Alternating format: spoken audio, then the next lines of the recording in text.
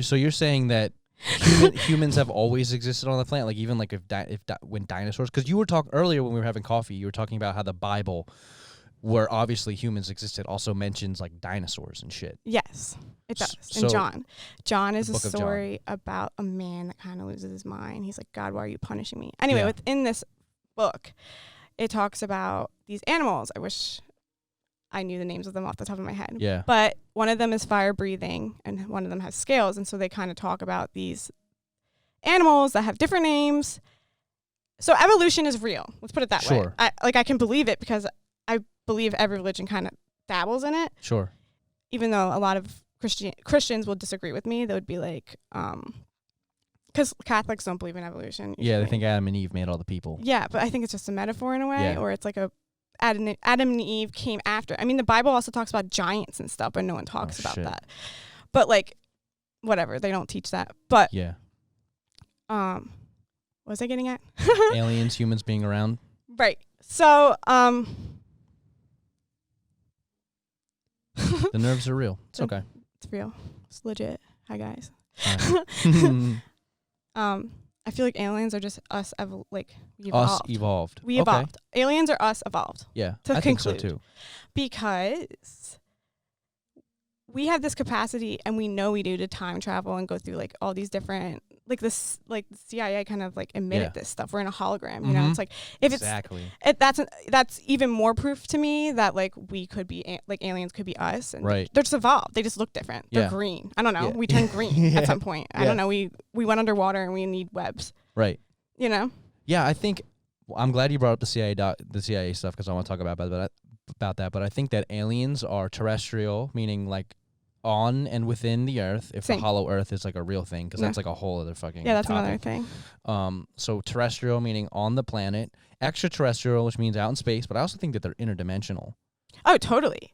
I think we reached a point of capacity where think about it. We're talking about mushrooms. Like, we doubled our brain in size is what you're saying. So it's like, how much more can we grow it? Yeah, exactly. True. And it's like, so once we reach that point as humans, we're going to be able to time travel and go through the all interdimensional. That's the whole point. That's, you know what I mean? So it's like, I feel like I just cracked a case and like no one's listening to me because everyone's like, it's like, hello. Yeah, no, for sure. Because I have the CIA document that talks about the gateway process, and I briefly talked about it on the podcast, but we were talking about so many different things that I didn't really get to talk about it as much as I would have liked to when I went back and listened. But basically, in short, the document details, and this is from 1982, I think they've been talking about this shit. And this is cool because it just reinforces things that I've believed in and that would be cool if they were real. And then it just like reinforces like, oh, if the CIA has been talking about this for 50 years, there's probably something to it. So the gateway process. And by the way, if you're listening, you could just Google the gateway process, and the first link that pops up,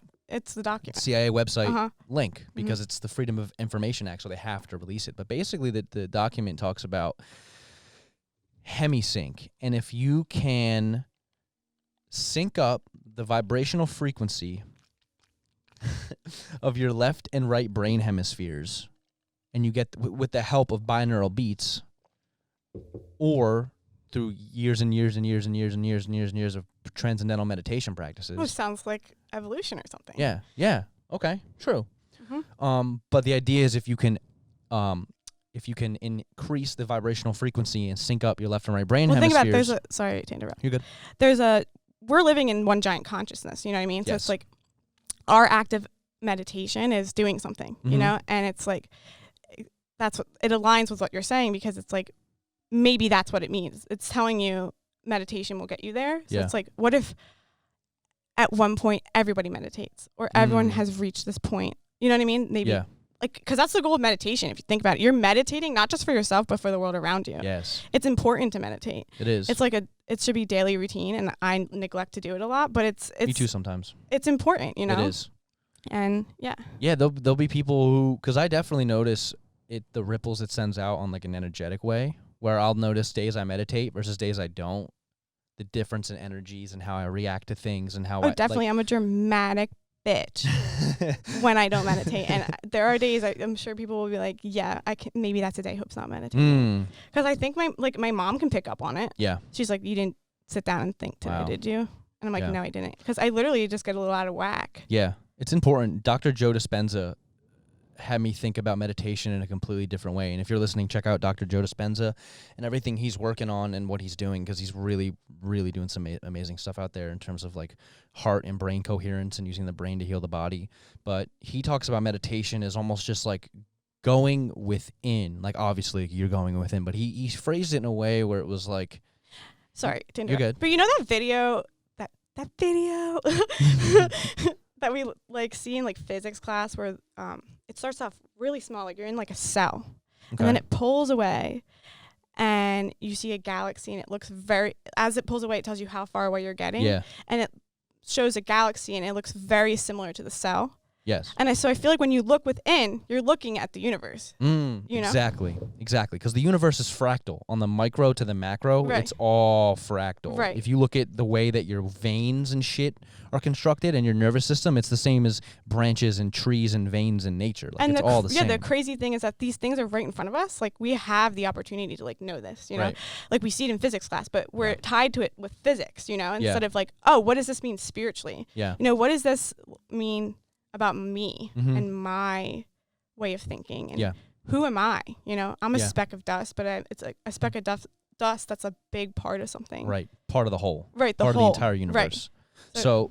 So I'm sorry, not to cut you off, but like, go. That's what he said about meditation, is where you're able to kind of turn off the outer world and go inside the inner world and really make some powerful connections. And just like the way I'm probably butchering it, but just the way he phrased it, like a light bulb went off, and I was like, oh, that's great. And it just made me think, have a completely different respect for and appreciation for meditation. But anyway, back to the document. Anyway, also, Eric, I just wanted to say it's totally okay to talk out of your ass sometimes. I think sometimes like instinct kind of comes through, and like talking out of your ass can sometimes be like, this is what I know. Yeah. I don't have facts right now to prove it, but it's totally fine, because it's like, I feel like once you get to a spiritual vibration, like sometimes you know things that you're not really sure how you know them. Right. You know, it's like, I know that this exists. It just resonates. It resonates with you.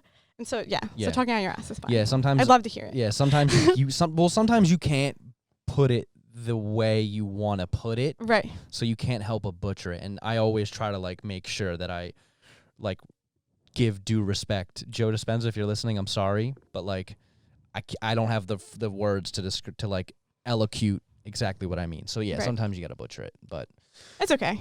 Back to the document. Yes. How we got to it was like, the document says if you can, you know, sync up your left and right brain hemispheres, the idea is you can take your consciousness and travel to like these higher dimensions. Right. And you basically like leave what we consider time and space, and maybe time travel, and go to these. Basically, they were doing it at this time in the 80s. Okay. Remote viewing is what they called it, I believe, and they were trying to get information about something or some people. Jeez, I have the burps. All that coffee. Very nicely done. Yeah, the ASMR mics pick it up nicely. But remote viewing is like where they would go into these, I would call it a psychedelic state, where your left and right brain hemisphere synced up. They can travel, and your Wait, we never introduced me. This is my friend Hope, by the way. Oh my God. It's okay. Hi, I'm Hope. This is my friend Hope, my longtime friend. We're doing a first morning podcast, first female. Oh no. Funny. Wait, the funny one. She's so funny. Yeah, so we're out here talking about aliens and shit, but basically the remote viewing, where they could go and try to get information about things just by using their consciousness, travel to the other side of the world and find out what somebody's doing. Because if you look at astral projection, for example, I've only done it a few times, but I think it's a similar thing where your consciousness, it's almost shifted up to a higher level. The astral plane, where do we go when we dream? I think they're just higher states of consciousness. Right, you're just becoming an alien. And exactly. Well, dimensions and states of consciousness, I think, are one and the same. Right. So, speaking... being spiritually awake. Yeah. I mean, I'm not always spiritually awake, but sometimes you feel a little, like, out of place, like alien-like. For sure. Like, I think that's, like, I feel like anxieties and depressions and things like this come from a place of like spirituality a lot of the time. Mm-hmm. And like, if you feel a little out of place and you have like social anxiety or something like that, you know, I feel like it's because maybe you're just a little bit spiritually awoken and you feel Because a lot of people don't understand that they're spiritually awoken yet. Yeah. You know, they're like, oh my gosh, like, why am I feeling like this? You know, Yeah. but it's really your body being like, hey, sis, you're not supposed to be hanging out with this person. Right. Or, hey, you're not supposed to be in this place. Like, leave, you know? Yeah. Jim Carrey had a good quote about depression. And again, forgive me if I get it slightly wrong, but it's something along the lines of depression is just your avatar trying to tell you it's tired of playing the character you've been playing. Definitely. Oh, absolutely. Yeah. Like I even think like schizophrenia comes from somewhere, you know? Yeah. My aunt was schizophrenic, and I feel like she taught me a lot, you know? It's like, yeah. Also like having a brother with Down syndrome, like things like, but I think it comes from like a spiritual guide or. It's always trying to teach you something, whether Absolutely. that be more about yourself, more gratitude towards life, Right, more but appreciation. Now I feel like I'm glorifying mental illness. No, definitely not. It's definitely an important topic, especially now more than ever. You know, with COVID and people being locked up at home, people have definitely had to face it and face things that maybe they were able to distract themselves and kind of suppress by going out and, you know, going outside and being around people and going to restaurants and all that. But now it's like we're almost at a point where we have to look within and face it and almost try to do our best to transcend it if we can. I was talking to Yam about this last night. Oh, yeah, the goal is to fix it. Mm-hmm. And we were talking about microdosing and the use of, you know, the idea was neurogenesis is the cognitive benefit of mushrooms. Now, psilocybin psychedelic mushrooms are not the only mushroom that does that. There's reishi mushroom, there's the cordyceps mushroom, there's lion's mane. There's all these different kinds of mushrooms that give you the neurogenesis benefit. They're called nootropics. Look them up if you're listening. That's why I take Alpha Brain by Onnit, Joe Rogan's company. It's a nootropic, and it has like other vitamins and shit. So I kind of go for microdosing. Are you on that app? No, the Paul Stamets, what is it called? Something Global Citizen or something? Yeah. Global Citizen. It's like a microdosing app where you kind of, it keeps track of like information for microdosing studies. But we were talking about anxiety in particular, and if you were because then I tied it into Joe Dispenza. I'm currently watching his series on the Gaia platform it's called Rewired, and it's like how to reprogram your brain. Because if you think about your brain as like a computer chip or a computer. It is. It is. You can change it and install new software or new hardware. Exactly, and that's why we're aliens. Yeah. To tie it back. Right. So, you know, if you have anxiety, for example, was what we were talking about, and you are able to, through neurogenesis, and neurogenesis, if you're not familiar, is when you create new brain cells, new brain pathways, new neurons are being created. You're altering the chemistry of your brain in a positive way. That's where the stoned ape theory, if you're having neurogenesis for hundreds of thousands of years, the brain's going to change. So who's to say if you have anxiety, which could just be, you know, forgive me if this is like triggering, like it could just be like a software issue on your heart, on your operating system. Oh, hi. I have anxiety, not to be with everyone with anxiety, but it definitely is a software issue. Right. So if you could then in turn reprogram and install new software on your operating system, who's to say you couldn't just like patch up that right that issue? And you can. Yeah. I mean, it's difficult. I have my days, but yeah, I have also my days where I'm not anxious at all. And why is that? Because I'm fixing the chip. Right. Exactly. Mm-hmm. So that's kind of what we were talking about, and a way to help reprogram your brain through the use, whether it be psychedelic mushrooms or just any kind of mushroom that gets you neurogenesis. That's how you would reprogram. One of the ways you could reprogram. Also, he talks about meditation and like certain things to do. But yeah, I think it's very possible to just like reprogram your mind and like fix a lot of the things. Your brain has so much capability. Right. And like I love to remind myself of that every day. Yeah. 'Cause I'm like, wait a minute. Why am I laying in my bed when I can like be making my brain like just like a percentage better? Right. You know? Right. Well, I'm about to read Atomic Habits, but I have the gist of it where it's like, or even outside of that book, I try to think like yoga is a great example. You know, yoga is hard to do. Oh, it is. But every time I do it, I think I just got a little better. Uh-huh. I just got a little bit better. It's the challenge. Yeah. I mean, it's not going to be easy. If it was easy, that the game of life would be like over. Yeah. It's important to do things because, again, like your brain is so powerful. And I just finished reading The Four Agreements, or I'm about to. I have a few pages left. Very good book. Yeah, it's an awesome book. Read the book. Read the book. Read the book. It's a very important, like. They kind of say that we're living in hell. Yeah, it says that. Yeah. Hell, we're like living on. Like, I believe that too. We can talk about hell on earth. And actually, Duncan Trussell was talking about this. Not yesterday, obviously. This podcast was from years ago, but he was on Joe Rogan, and they were talking about.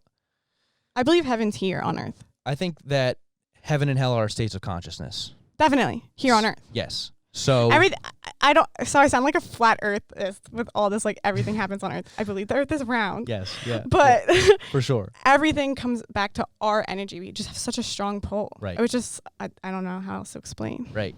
But I like the way he like brought it up because they were talking about, okay, if heaven and hell are real, and hell is this torture chamber created by the most advanced being in the known universe, and it is. Well, if hell is real then, and if it is created by the most advanced being, then that being would want you to believe that you weren't in a torture chamber. Right.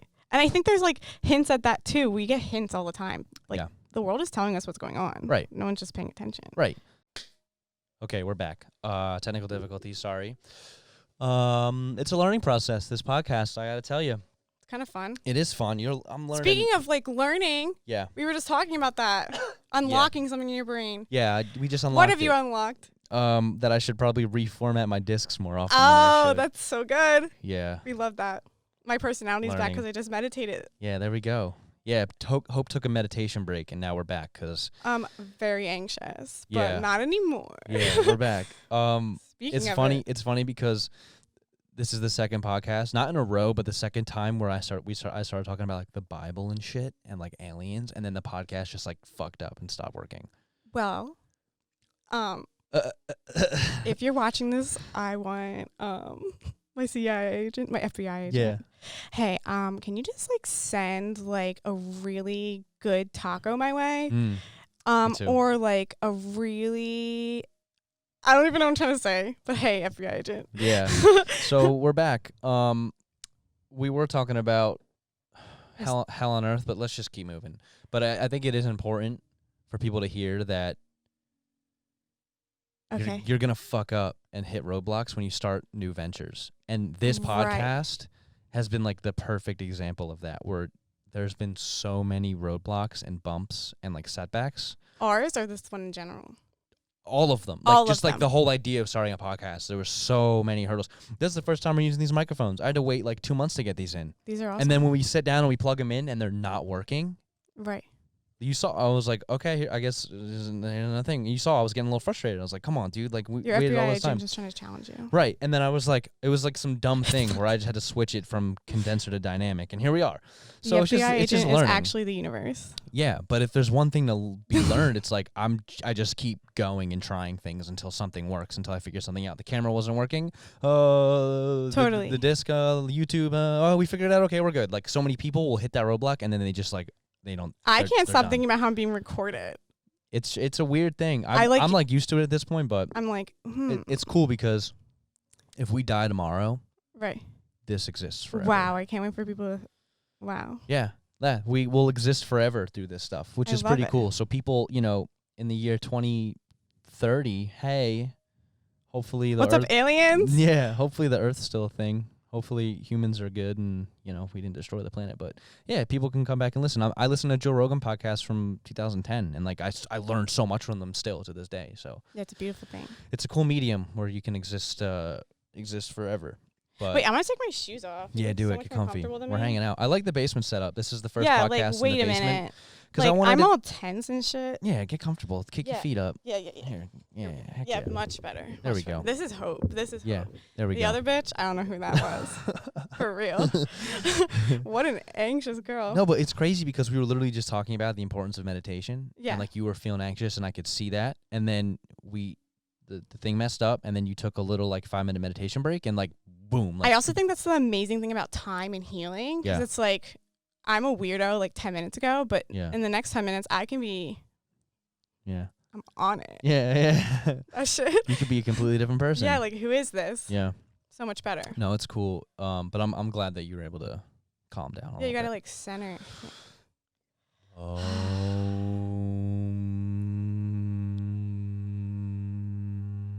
That jumpy hit.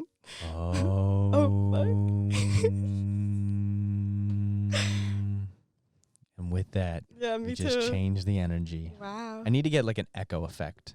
You're so powerful. Yeah, thanks.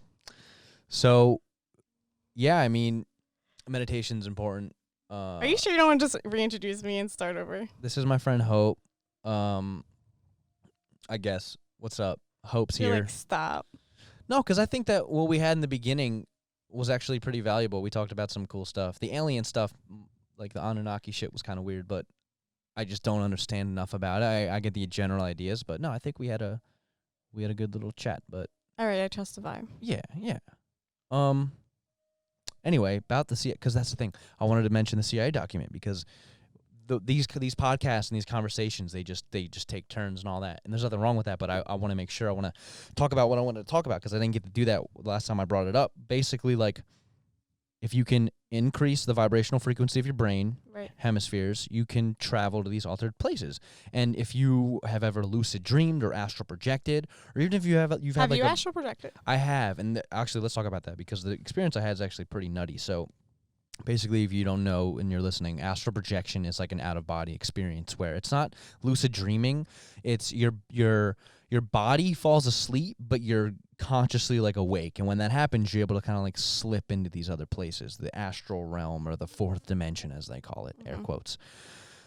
So Matthew, my brother, had some of the first experiences astral projecting, where a lot of times when you hear people talk about it, they say they leave their body and they'll like be in their bedroom and they'll turn around and they'll see themselves like sleeping in the bed, or they'll be floating above their sleeping body and then they kind of just like go fly around and shit. Right. I didn't experience that, but what I experienced was pretty wild. So speaking about, get comfy. Speaking about, I like your Onwards hoodie, by the way. That Thank one, one of a kind Onwards hoodie. I wear it all the time. Yeah, one of my faves. Part of the uniform. Yes. So what I experienced years ago translates back to what the document talks about. And if you can increase your vibrational frequency of your brain, you can go to these other places. So what I experienced was, to astral project, you lay down on your back and you just kind of relax and you just lay there and you lay there and you lay there and you lay there.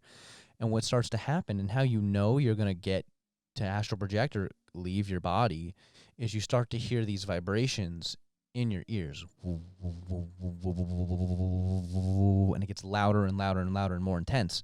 And the first 2 times or so, it got so loud and so intense, it like scared me and like shook me out of it. And like that was it. Like couldn't do it.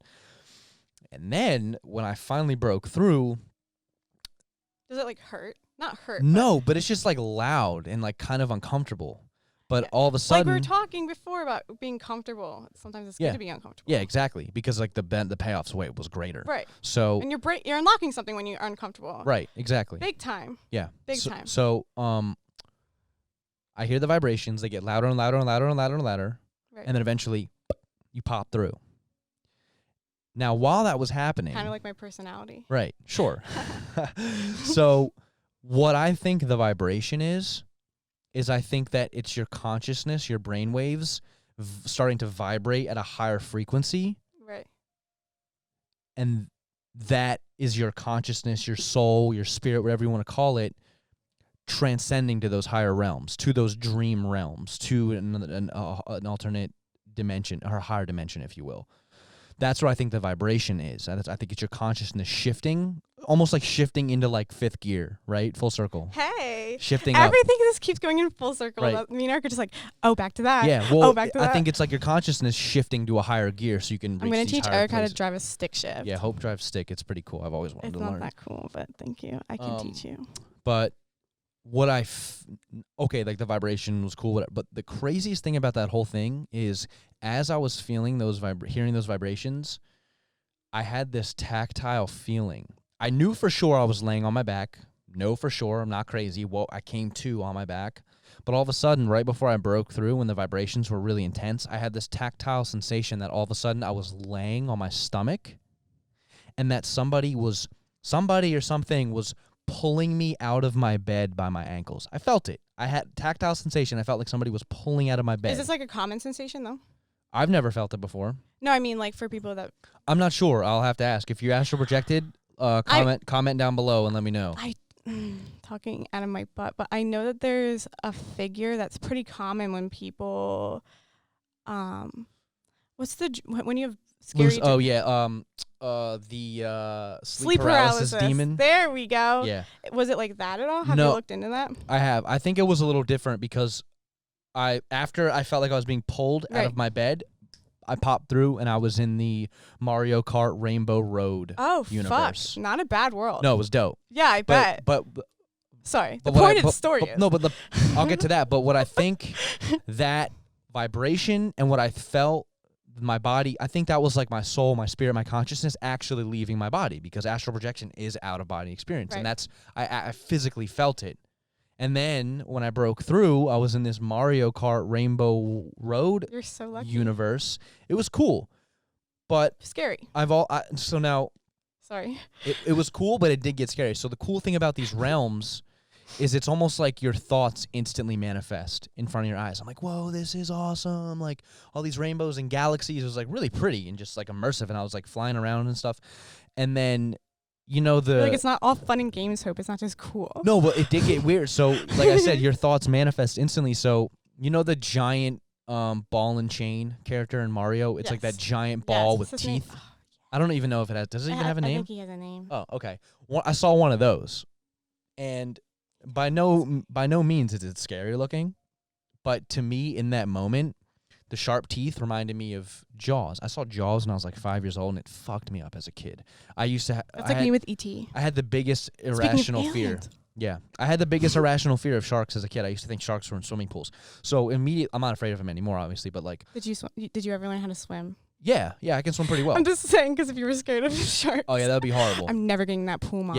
Yeah. No way. I used to think sharks were in, like, hot tubs and shit. You're like, I'm not getting in that shit. But I saw the sharp teeth on the Mario character, and it immediately made me think of sharks, and then the fear emotion came, and then, like, it kind of pulled me back out of that realm and back into my body. As soon as I switched to, like, negativity, it was like, all right, we're not going to do this anymore.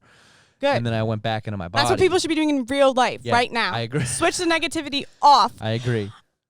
I have a hard time too sometimes, but we're just gonna shut that shit down, baby. Speaking of hell on earth, we are living in it. Power to people. Fuck yeah! Love those sounds. So, dude. No, but wait, hit it with another one.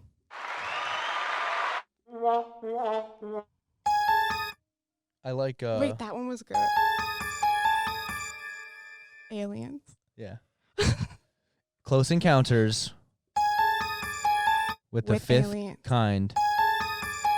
Better. I like yours better. Okay.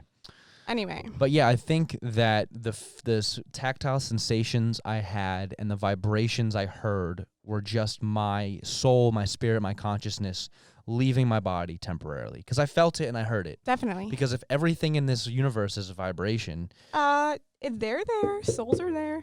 Even this table is vibrating at a certain frequency. They tell you that in physics class. Yeah, everything's vibrating. You're taught about spirituality. It's just not told it's spirituality. Right.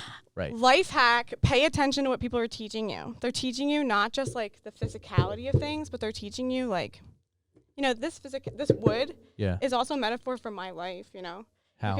You can come up with something for it. Like, the representation of it is like everything about it has cells. Okay. And they're just like bouncing off of one another. And because of that, they relate to me because I am just this small as this table. But also, we're all made of the same shit. Right. So it's like this table and we're friends. Yeah. What's up, buddy? Table. You're so cute. Yeah. No, but you're right though, because everything is connected. We're all made of the same shit. Right, so I fucking love this table. Yeah. This is my best friend. Yeah. Fuck a friend. It's a good table. Who needs friends when you have tables? Right. We're stuffed animals. Right. But like... What a freak. But, if everything is vibrating at a certain frequency, who's to say that consciousness isn't just a form of vibration or frequencies? And if you increase your vibrational frequency, or if you want to live on hell on earth, people who are like really down in the dumps and really negative, you're vibrating at a lower frequency. That's why you can also, bear with me. Okay. I think you can be Christian and also believe in like Hinduism and stuff like that. Because like some people would get offended by that, but I'm just gonna keep saying it. It's all right, let them get offended. Yeah, be offended. But anyway, Nirvana is kind of like, an awesome band. No, the idea of nirvana, which is like ultimate enlightenment, right? Yes. Okay. The idea of nirvana is that I feel like these cells, these like, I'm connected to the table kind of vibe. Yeah. Like those bad ones stick around to create a bigger hell. I think we're leading ourselves towards a bigger hell. Does this make sense at all? Probably not. But what I'm leading to nirvana is that the good ones or whatever. Let me get back to you on this. Okay. Let me formulate my thoughts. Let it simmer. No, but I think that, again, going back to states of consciousness and vibrations, if you're very negative and in a victimist state, and I'm even looking, we have a TV screen playing. How did you become so sharp? Like, I feel like when I communicate, hello, everybody. It's okay. Sometimes I'm like, and you're just always like. Well, the podcast, even though this is like the 10th or so episode, you got kind of used to it. I've gotten kind of used to it, and just by listening to podcasts over the years and understanding like how I feel like I just like expire like milk. Like I'm like a milk carton just waiting to expire. Like there's this moments where I'm just like, I have a really important thought, but like let me just. No, well, sometimes, what does Michael Scott say? He's like, sometimes I start a sentence, I don't even know where it's going. It's like an improv conversation. No, that's kind of what I was doing. An improvisation. Right, but I can't talk out of my ass enough. Right. See, talking out of your ass is a good thing. Sometimes. But sometimes I'll definitely start a sentence, and I'm like, damn. Sometimes I don't know how to bluff. I'm like, ugh. No, but sometimes I'll start a sentence, and I'm like, I should have not have said. I don't know. Right, because it's like, where am I going to wrap this up? Right. How am I going to wrap this up? No, I mean, it fucking happens, but. I don't have a punchline sometimes. Hit the. There we go. I forgot I had that button. That was a random click, but we're good. No, that was good memory. He said light blue. Yeah, light blue. That's what he said in his head. Anyway. Okay. But I think that to connect everything that we just talked about, everything is a vibrational frequency. Correct. I'm going to calm it down a layer. Okay. Sorry, continue. So, but no, like hell on earth, I think is just a state of consciousness. If you are very negative and if you have a lot of fear and trauma, and sometimes, look, shit happens and, people can't help but live in those states, but they stay in those states and they think that that's life. So that could be hell on earth where you're in these low vibrational states. That's what I'm trying to say. Yeah. So if you're able to raise your own vibration through things like mindfulness, meditation, exercise, eating right, learning things, communicating, loving one another, that's how you create heaven on earth. By increasing your own vibrational frequency. Oh, definitely. Okay, but back to this, because this I actually have formulated thoughts about, other than like the other one. I was like, wait a minute, that doesn't make sense considering I have different opinions. But whatever. Okay. I think that like we're leading towards a like. Sorry, I'm like choked up. Give me 3 seconds. Okay. Are you getting annoyed with me? No. Are you sure? Where are we headed? I think we're at a crossroads right now in society, in the culture, in the collective consciousness. I think our future can go one of two ways. Oh, definitely. I'm leaning more towards the way of the light. I think that we have to go bad to get good. Oh, for sure. It's definitely like we're sitting here. It's October. That's what I'm trying to say. It's October 7th. Shit's about to get. It's about to get bad for sure. Oh, definitely. It's definitely gonna get really turbulent. It's already been a turbulent ass year, but it's gonna get even worse. And that's scary as fuck. That's like, if you look, I've fucking been buying survival shit. I bought a tent. I bought waterproof matches. I've been like buying like all this stuff like just in case. It's never. It's just good too. It definitely is good too. No, even in the 50s, people were doing that. Yeah. Because why wouldn't you? Yeah. But I feel like all of a sudden, this sense of urgency, because, in less than a month, we have an election coming in. Shit's definitely going to get crazy before it gets better. But it's almost like Anthony Kiedis says in the Red Hot Chili Peppers. He said that destruction leads to a very rough road, but it also breeds creation. So it's like we're about to just like destroy and crumble all of the old ways that we've been previously existing so that we can then rebuild the new earth, right? That's like here, like it's super hippy-dippy, but like the age of Aquarius and like all this shit. And like going back to the Anunnaki, this 26,000-year-old cycle of the cosmos is about to end, or it's coming to an end. So of course, like all this turbulent shit is happening and the earth is shifting. So of course, before it gets good, all the negativity, all the bad shit, all the conflict, and it all has to come to the surface so it can be like dealt with and transcended. That's my perspective. That's why you have to meditate. Yes. And that's why Hope needs to find her zen right now. Otherwise, if you think it's going to drive you crazy thinking about all that shit that's out there. Oh my God, the elections. Oh my God, the COVID. Oh my God, like all these riots. Oh my God, like unemployment. Like it's crazy. They're trying to make us crazy. They are. The FBI agent. Yeah. Stop trying to make us crazy, bro. Brah. Or gal. But like, it's definitely turbulent. But that's why it's so important to do things. That's why I love these conversations, because people are going to hear this and I'm like, you know what? Maybe I should start meditating. And they do. And just this one conversation, even if it's one person that they get to see my results. Yeah. That's so exciting for them. Yeah. I'm an advertisement. Walking, talking billboard. Yes. Hi. For meditation.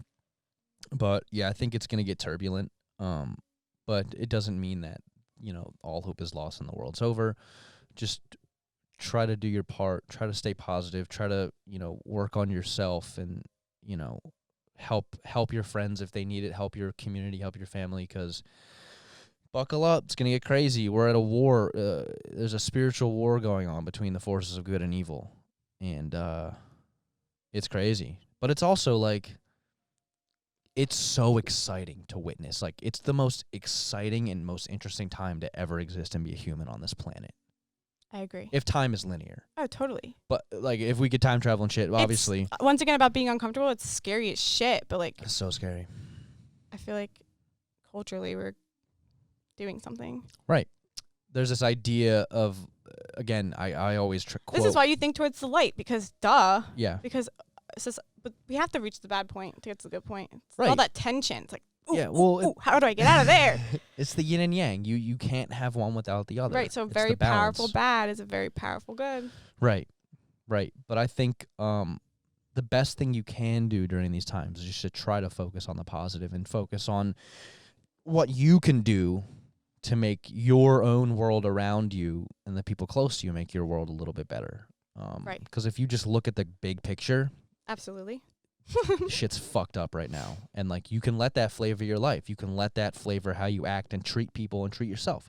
Yeah, you can let it flavor how you view the world, or you can have like an optimistic approach and be like, okay, like shit's crazy, but like I always think that no matter what happens to you, especially the bad stuff, I always try to look at it as like, okay, what is this trying to teach me? What can I learn from this? Yes. Instead of like, why is this happening to me? Oh my God. Oh my God. Why is this happening? You know what I mean? Or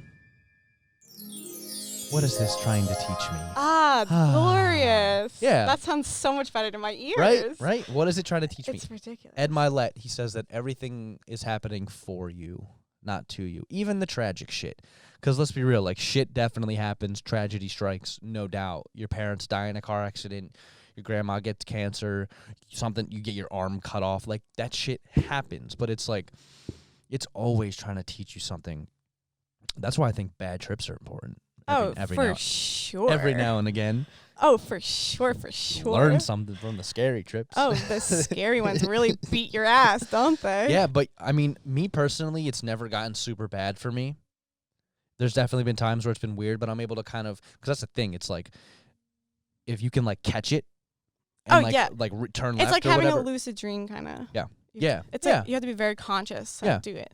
But I've been around friends, and it's hard. My brothers, when they go through these, I think challenging trips, because there is. There's a quote. It was like, bad trips are just good trips, but bad. Yeah, for real. Because there's always something to be learned in those. It's always the stupid things like that make the most sense. Yeah, bad trips are just good trips, but bad. Because challenging is a better word. Challenging is a better, because, I'll ask, people close to me, I'm not going to name names, but like I've been around them when they've been in these scary trips, and it's like. It's usually just like a personality thing. I've had them too, and I'm like, wait a minute, I'm having this because I'm crazy in this way. Right. But even like I've been around people like where they're spinning around and tumbling on the ground and rolling around trying to like get energy out of their body. Because that's the thing with psychedelics is you're more in tune and tapped in with... Oh, baby, they need some sage. Well, yeah, but, I mean, one of the things is you're more in tune with your energies and your own energetic fields. And, like, a lot of times, for me, you have to like purge energy that no longer serves you. How do you do that? You throw up, you know. I always feel the intense need to stretch and do yoga on psychedelics, and I'll literally feel the energy moving through my body. Great. It feels amazing. Yeah.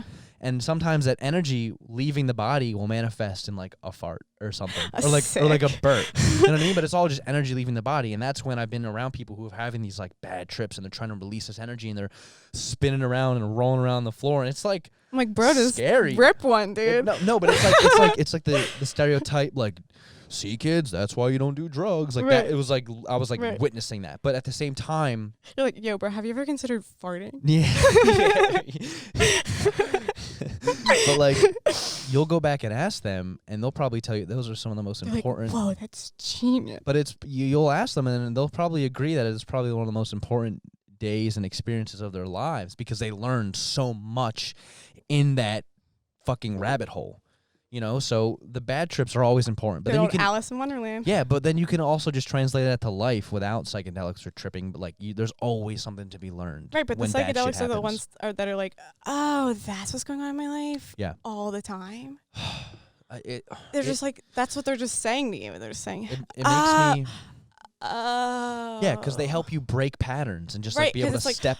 I'm losing my mind right now because I'm nuts. Yeah, well, not to call you guys nuts, but we're all nuts. I do it too. Yeah, but I think they're important because they help. They you almost shift into the observer. It's like you shift into the passenger seat, and you're able to like and observe. You're like, oh, that's who I am. You're able to observe everything that's going on, and then you're able to kind of detach, dissociate, and then like kind of break those patterns. Every time I use psychedelics, they're a tool for me. And if you're out here listening, that's how you should use them. They're a tool to help you expand your consciousness. You don't do them at a party. No, definitely not, because the set and setting and people you're with are going to have a direct correlation to the experience that you have. So you need to make sure you're doing it in a place that you feel safe with, people you feel safe with. Absolutely. Because otherwise, like, you're like, using them for the wrong point? Reasons, and it can really humble you. Like, if you don't respect them, they have an intelligence. I mean, I think people sometimes should be humbled. Like, yeah, okay. Totally. Do it at a party. Learn who you are. Yeah. I mean.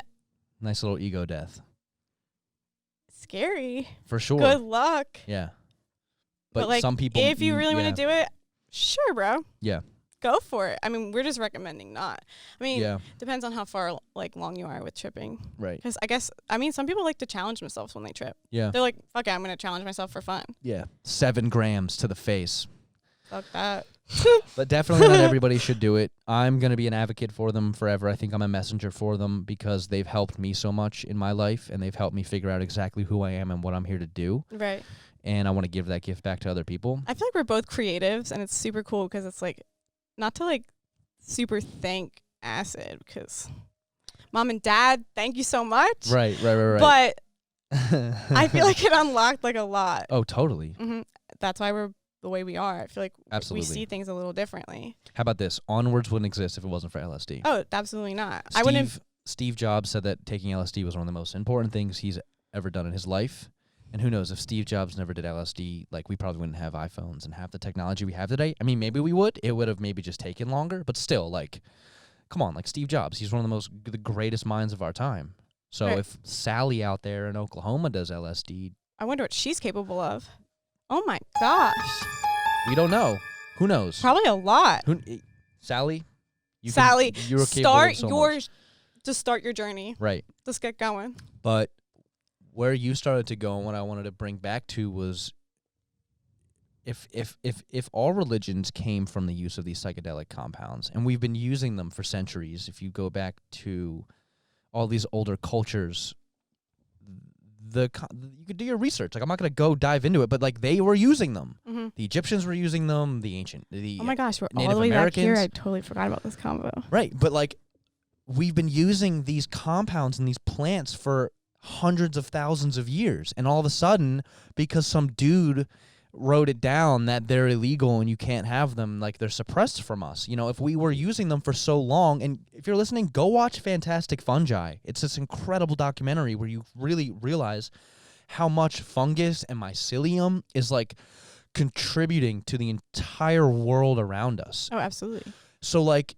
if they're part of our human culture, of course we're going to be disconnected and we're going to be hating each other and racism is going to exist because the world of Adam and Eve was a totally different world. But think about this. I just want to finish my point of like, they're almost like a vitamin.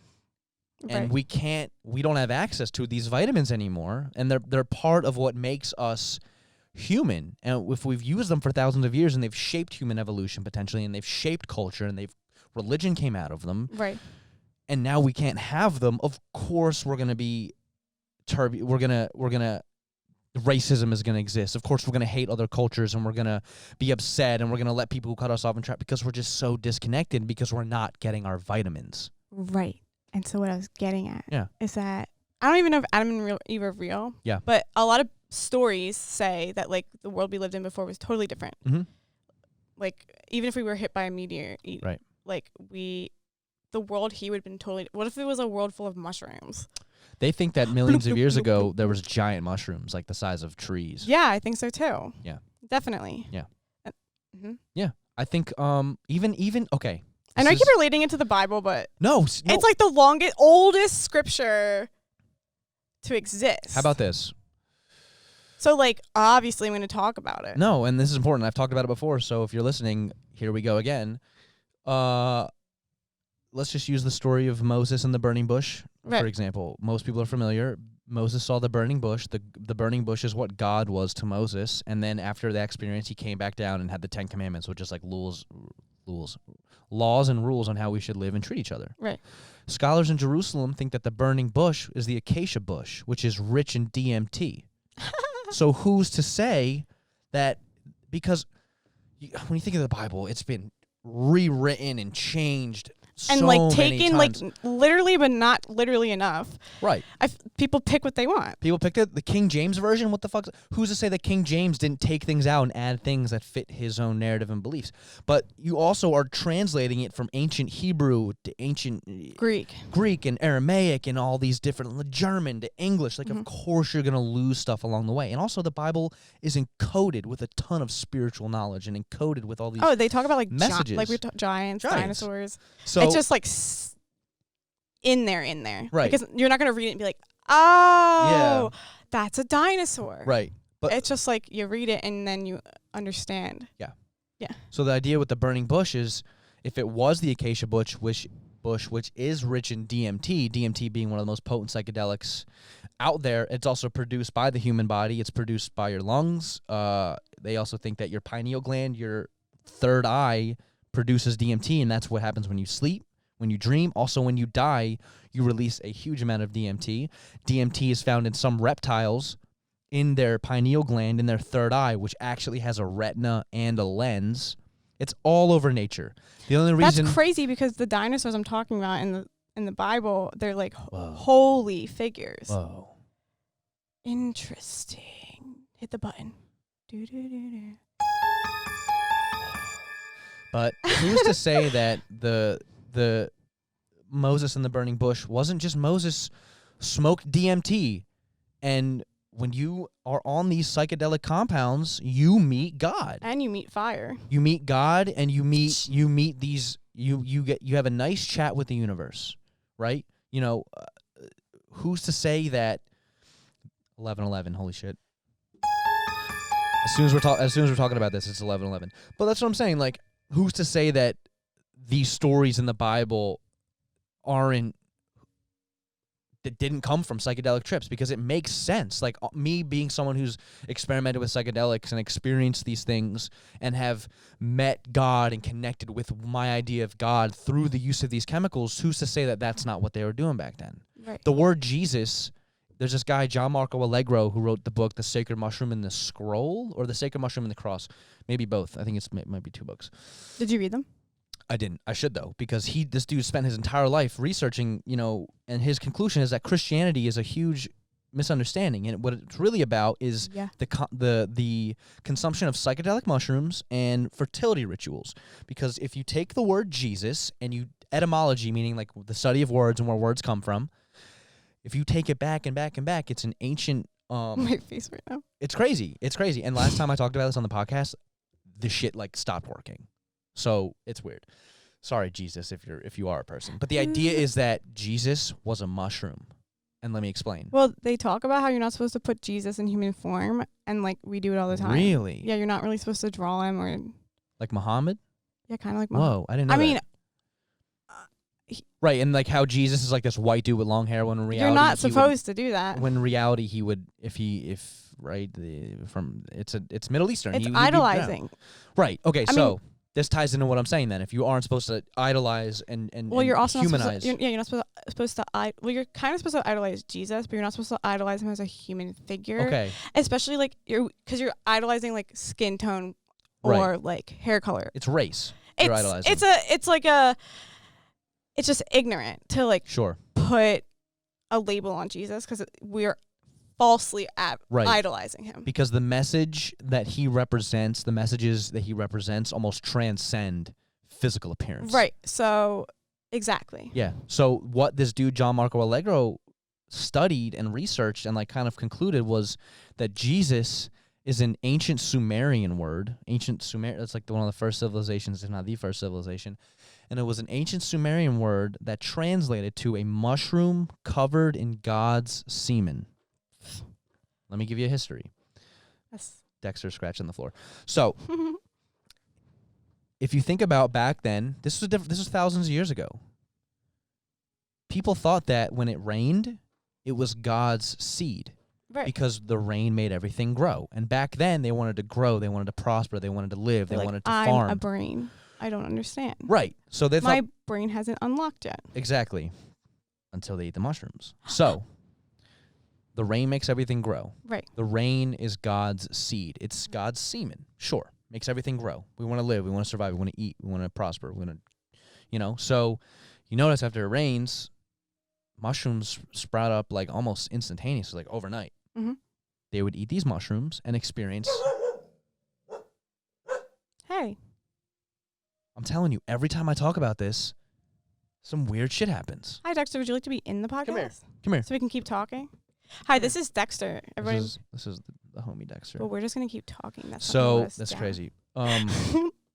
But they would eat these mushrooms, and they would have these psychedelic trips, and they would, quote, meet God, experience God, because when you're on the psychedelics, that's what happens. You understand, like, oh my God, everything is connected. Like, I get it. It's really beautiful. So these people would eat the mushroom that came from God's seed, meaning it was the Son of God. And you would meet God and experience it. So that's the idea. And if I'm not saying I believe this or anything, but that's the idea that this dude John Marco Allegro talked about, is that the word Jesus and Christianity comes from the use of psychedelic mushrooms. And if you look at these ancient Christian paintings, it's people dancing naked under the influence of mushrooms. You could see it. It's all over. Right. So if you also look at like the idea of Jesus and something that comes from mushrooms is like this whole idea of like forgiveness of yourselves, forgiveness of others, like wanting to be a better person. Like mushrooms and the idea of Jesus like have that in common. Absolutely.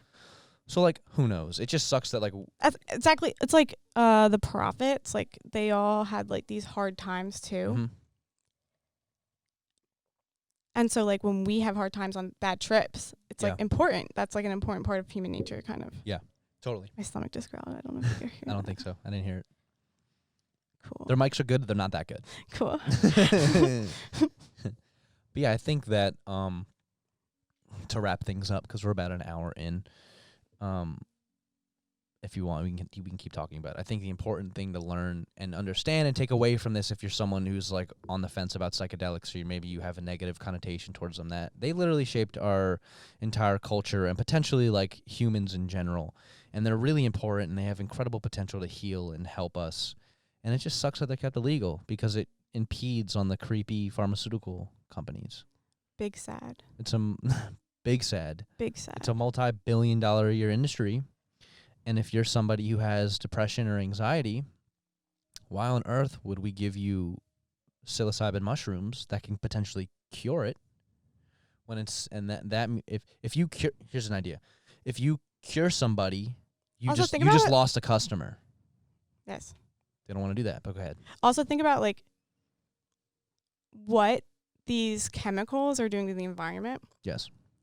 It's also destroying the world, the earth. And your brain chemistry. And your brain chemistry. I told you earlier, back a few years ago, I had this spell of cluster headaches where every day for a month I was getting, these migraines, and nobody knew what was wrong with me. Got all these tests done, blood work, brain scans. We didn't know what was wrong. So they were like, okay, here's some antidepressants for you, for your headaches. It's like, okay. So I took them, and sure, they helped like a little bit, but all the weird brain chemistry side effects was like I told you, I was like, all of a sudden I was like very sluggish, and I was tired all the time, and just like, it was messing me up. It was messing with my brain chemistry.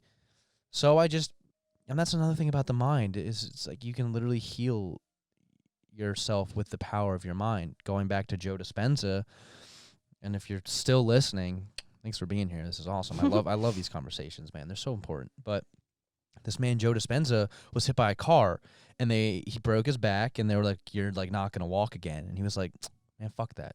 He's like, my brain is so powerful. So I think he said within like 8 to 12 weeks, he was up and walking again. And he's like totally fine, because he understands the power of the brain and the power of the subconscious, and how. So I know that The Secret, the movie and the book, the movie in particular, because the movie is like super cringe. The Secret having to do with the law of attraction and stuff. But if you think about it, it makes sense. So, excuse me. The idea to kind of connect it in The Secret is like, you tell somebody they have cancer. Hope, I'm really sorry to tell you, but you have cancer. Now you walk around with this belief or agreement, going to the 4 agreements. I have cancer. And you keep affirming yourself, I'm sick. There's something wrong with me. Mm-hmm. I'm sick. I have cancer. Well, the brain doesn't know the difference between thought and reality. So, of course, your body is going to react to that. I have cancer. I'm sick. I'm sick. So it's just going to make it worse. Right. Because you're compromised. Your consciousness, there's been this, like, demon, or what's what they use? A parasite has been, like, put into your brain. Mm-hmm. Or like Morpheus. Right. A splinter is in your mind, where you think I'm sick, and you keep affirming to yourself and believing you're sick. Eventually that's going to translate. Or, now I'm not a doctor, I don't understand how this shit works, but there have been people who you're sick, and then all of a sudden, but instead of affirming to themselves that they're sick, they affirm health and wellness, and they're just going to focus on health and wellness, and there's no disease in my body. And then like they go back and their cancer's gone. So like, I don't know how it works. I'm not, what's a cancer doctor called? But also, do you think maybe society's stuck in like this realm where like humans need like Western medicine now? Like not necessarily. I think it's a balance. I think Western medicine for sure is important, and it helps a lot of people, save a lot of lives. But I also think that there's an importance, and what's not being talked about a lot is just preventative medicine, just preventing any kind of disease or dysfunction. Mm-hmm. Through Eastern practices. Because that's a bigger thought. Yeah. That's a much wider thought. Right. So I just wanted to like expand on it. Because like, if you could just prevent disease from ever happening, then you wouldn't have to worry about disease, and you wouldn't have to necessarily worry about Western medicine, because there is no disease or problems to deal with. But of course, like, I'm super grateful that I live in a society and in a time where if I fucking break my leg, I can go to the doctor and get a cast. Or if I need to have appendicitis, I can get my appendix removed. But yeah, Western medicine killed God. How so?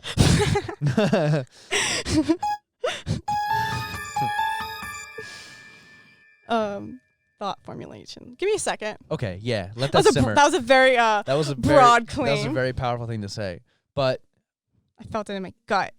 But I think Western medicine is definitely important, and I'm glad it exists, because it helps a lot of people out there. And if you are sick and you do have problems, you can go to a place and they can get it. Because like let's face it, like going back to cancer, like I don't want to come off as ignorant. Like, if you get diagnosed with cancer, just watch funny videos and reaffirm health, because sometimes like it's not that easy for sure. But I also think that your mindset and the energy you put out can also make things better or worse. If all of a sudden you tell me I'm sick and I'm not a very strong-minded person, if I'm a weak-minded person and I'm easily influenced, well, then I'm fucking sick, I'm dying, it's over. And of course, what the energy you put out is reflected back. So I don't know. I think there's a whole lot more going on. And then you start thinking, well, going back to the CIA document, like where it literally entails that we live in a hologram and that like nothing's real. I don't know. It's crazy. And then you have the idea of like we live in a simulation. I feel like everything can exist at once. Sure. Yeah. Infinity. Multiverse. There we go. Yeah. So like sometimes I'm like, why are you guys arguing? It's all the same. This shit don't matter. We're just a bunch of energy waves. Right. So here's a question. Do you think we live in a simulation? Definitely. Yeah? Yeah. Go ahead. Explain. Pop off? Yeah, go ahead. Go off. I don't really know if I can pop off. I really don't know that much about it. But I think simulation. Mm-hmm. Let's define the word. I think stimulation means simulation has thank you for stimulation. Thank you. You're welcome. I think well, I think they actually tie together. I guess that's why I'm thinking of the both. Yeah. Yeah. I think that simulation ties into stimulation. Okay. And we're just constantly being like sensationalized. Like all this input. Yeah. So I'm like a squirrel. That's okay. Here, let me see if I can bring you back. So, and even going back to the Bible, Duncan Trussell took the book of John. Right. If you're listening, look up Duncan Trussell Family Hour, Joe Rogan. And then whatever episode comes up first, skip to about 29 minutes in.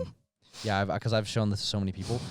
Duncan takes the book of John and does a find and replace with the computer where he takes certain words and will replace them with words that fit the simulation theory. Everything aligns with the Bible, even like fucking sacred geometry. Yeah, exactly. It talks about it in the Bible. Exactly. The Genesis pattern, the book of Genesis, all of that. So again, if you're listening, Spirit Science, the Flower of Life video, are you familiar? Yes. Flower of Life video, and then the Math of God. It literally talks about how geometry and this Flower of Life pattern that's found all over the world in ancient cultures is connected to the Bible and it's the universe. So we'll actually go watch that first. Mm-hmm. But if you take the book of John and he does like a search and replace of these words to fit the simulation theory, and it's like, it makes so much sense. I bet.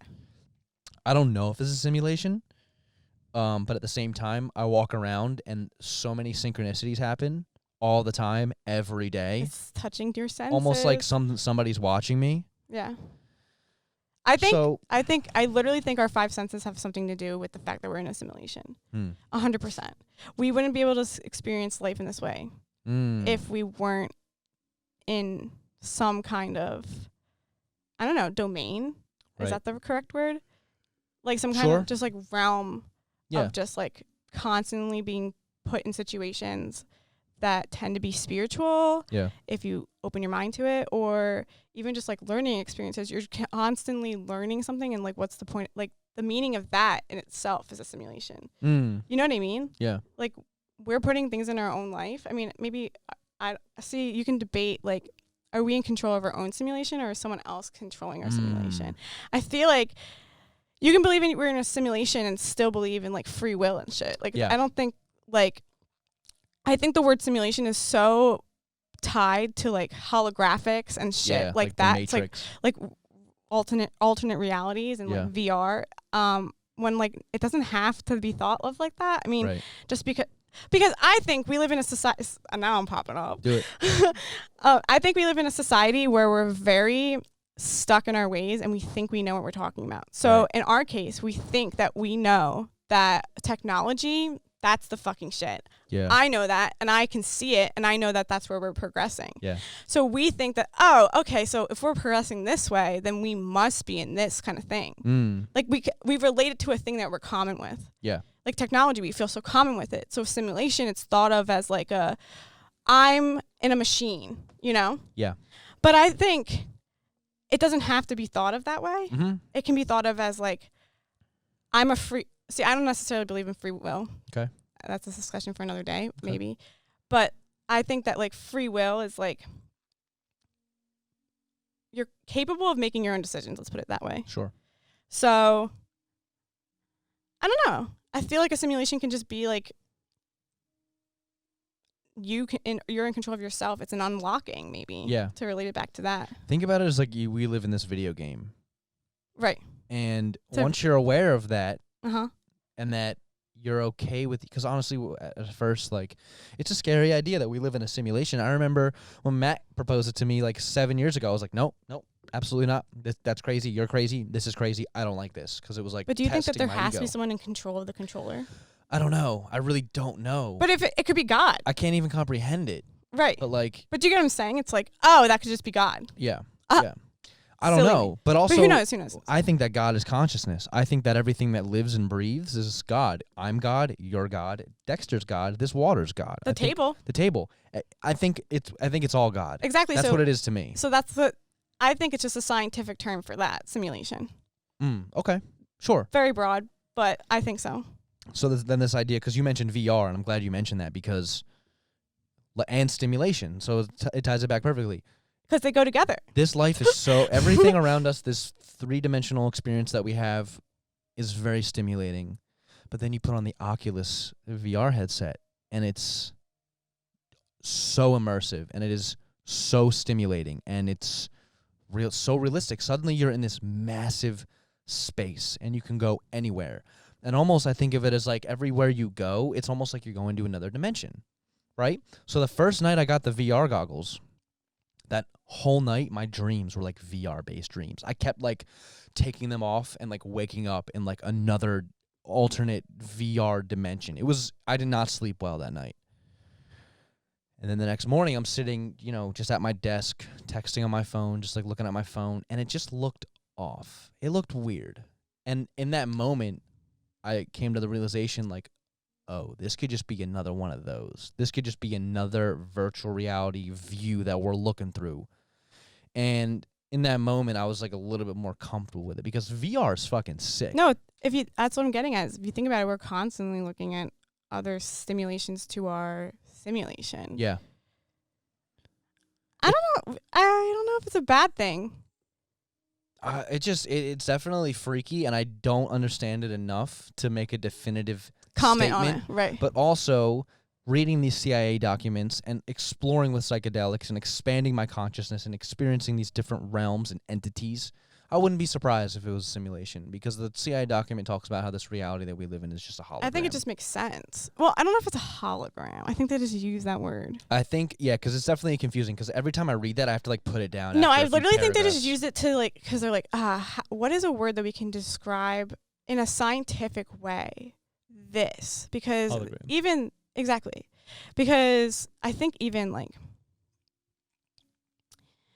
science is always just, I feel like the FBI is tied to Western medicine to talk about Western medicine. Like we're stuck in this way of thinking, of like things have to be so concrete and physical all the time, and that changes the whole ball game. Since you're staring at me, Looking into your soul. wait, where was I? Something about changing the whole ball game. That's the last thing you said. Change the whole ball game. Blinking. Well, that's the thing with these conversations is like you take so many turns. Right. The simulation idea is for sure scary. Oh, we're talking about how I think the simulate. Oh, so hologram. Yes. Such a lot of ideas in one. Right. Okay, so a hologram is a scientific term used. Yes. Here we go. Yes. Good. I'm going to pretend I'm in school. Okay. A hologram is a scientific word used to describe this, what we're in. Sure.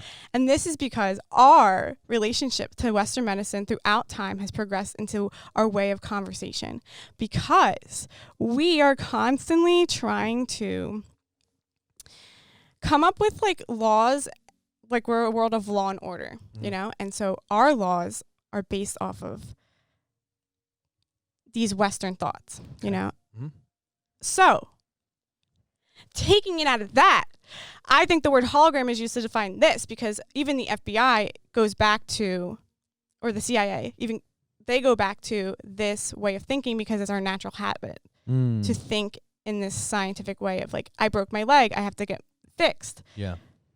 Not a bad thing because I'm really happy that if my mom gets sick, she can go to the hospital. But overall, back in the days when we didn't have hospitals and stuff, I feel like we were more in touch with our spiritual roots. Totally. That was a lot for one thought. No, for sure. And I agree and I was just having this conversation the other day, and that's why I loved being in Colorado because you're in the mountains, you're in nature, there's no cell service. There's not really any Wi-Fi. If there is, it's kind of spotty. So you don't even really want to be on your technology. When you are away from your technology and you're able to get back in touch with nature. What if we're so aware that we're living in what if their goal is to make us so aware that we're living in a simulation that we become in a simulation of a different simulation because of our eagerness to understand the simulation. We like are creating things of like VR and like, I don't know, have you seen the episode of Black Mirror where they like store bodies, bodies, but they store their soul in like a computer chip. It's called Saint Japero. I think that's how you pronounce it. Okay. And it's like a fake heaven that people buy to like go in there. Like they buy to go to that heaven. It's freaky. So like what if our awareness is leading us towards like maybe, I don't want to talk dark, but what if it's leading towards... Well, that's the singularity that Terrence McKenna talked about. It was like the computer's waking up. I think so too. And I'm learning about AI this semester, and it's like, I mean, AI is not that smart yet. It's pretty fucking smart. But it's pretty fucking smart. And people are like, I was like talking about it once, and I was like, am I the devil for playing with this? And everyone's like, what are you talking about? It's not that smart. I'm like, but it's gonna be. Oh my God. It's gonna be. People are already teaching it how to speak. I mean, no, there's AI that there's like websites. I forget the name of her. There was a website I gotta maybe Eric can insert like it. Yeah, I'll put it in the description if we figure it out. Yeah. We will figure it out. Link below. Oh, we will figure it out. Link below. But there's this character that people made up online, and it was based off of like Reddit chat rooms. Okay. And yes, it's based off of Reddit chat rooms, so we have the power and authority over it. But it started getting like super racist. Oh my God. And like saying mean shit. So like the importance actually today, I think, is actually programming AI to be intelligent in a nice way. Yeah. Because totally. And I actually like I want to pursue this as a career, maybe, we'll see. But like I think that it's important to like have like a lot of people that work for AI, they work for these big companies that they're telling them what to input. They're like, input this, input this. Program this, program that. Yeah, program that. Like, tell them the truth. You know what I mean? Yeah. But I almost like want to like swoop in there and be like, psych, nah. Yeah. Here's a different way of looking at it. I mean, maybe it would make it smarter, which is like a little bit scary. However, if you teach it correctly, like ethics and morals, I feel like that's a very important goal and job in life. Yeah. I almost find it as a purpose, you know? It's like, how do I do that? Because people are so afraid of the computers waking up and then wanting to kill us all. But but because we're teaching it garbage. Yeah. It's like, like, let's just like use a fucking Reddit chat room and see what happens. Right. Like, totally smart, dude. But if you were to program it in its infancy stages with the ideas of love and compassion and community that would be the sweetest robot ever. Yeah. Big Hero 6. Yeah. Choppy. Is that his name? Big Hero 6, yeah, the inflatable guy. Yeah, he's so cute. Yeah. No, that's an interesting thing to think about because I'm not it's definitely I'm only afraid of technology because I see how much it's causing us to be disconnected from our spiritual roots. Definitely, and nature. that's what I'm saying is that the awareness of the simulation is it bringing us to a worser one. Do you know what I mean? That's like a whole different, like, that's not even heaven and hell. That's like, what the fuck is that? Yeah. Yeah. Whoa, baby, scratch the Bible. There's a new book coming. No, I mean, I agree. I think, because like I was saying, in Colorado, it's so important to just detach from this technology and just go out and be in nature and let the energy of the earth like recharge you almost, you know, because you know, as because I'm not trying to go to Pluto. Everyone, please get off your phone. Go the fuck outside. Get a tent, bro. Camp for a few days. Get drunk with your friends. It's so important. Or don't be sober and have a spiritual, beautiful journey. I actually really recommend that too. Yeah, maybe. But also, yeah. It is important to reconnect with nature and be outside. But like also all of this shit it's all technology and it's all very helpful and I'm super grateful for it. But at the same time, I find that balance of, you know, after this, you know, you and I'll probably go outside and like get some sun and like be in nature. You know what I mean? Because we're in like the artificial cave right now, and it's funny because the phrase, the great outdoors. I love the great outdoors. Yeah. Instead of saying the world. I'm a nature enthusiast. Like, that's the world, but instead, wow, you dig the earth, dude. Instead, That's sick. yeah, but instead, it's like you like rocks. it's like that. Duncan Trussell has a funny point. He's like, I love all forms of nature, including virtual reality, because you can't put the headset on and all of a sudden be at the Grand Canyon, but we're so disconnected from all of that, and that's why I loved being out on that 48-acre property where I could just go be outside and hike around and not really worry about, being on my phone or anything like that. I just didn't care. Oh, dude, when I go hiking, I look like a potato. I'm like, here I go. I'm not one of those girls that looks cute for the hike. I'm like, here I go. I'm about to hike this fucking mountain. Yeah. Let's go. Yeah. No, it's really important. So let's wrap this up because we're like an hour and a half in. All right, that's good. These are good combos. And I gotta pee. I kind of really have to pee too. And I'm hungry. So good chat. Hope, I love you. I love you too. Thanks for having me. Thank you for being here. This was fun. If you're listening, thanks for listening. Thanks for tuning in to the Onwards Forward Evolution podcast. Right on, bro. Every episode I say I need a new one, a new theme song, but this theme song, that's just a dad theme song. It is. I kind of like it. It kind of hits. It hits different. Yeah. It's like, okay, my dad's about to watch this podcast. I'm so proud of her. All right, so if you're here and you're listening, thanks for being here. Hope you learned something. Come back next week or whenever Eric does it. Whenever again, we do it. Whenever. Yeah, okay. Goodbye. I'm awkward. Peace out, fuckers.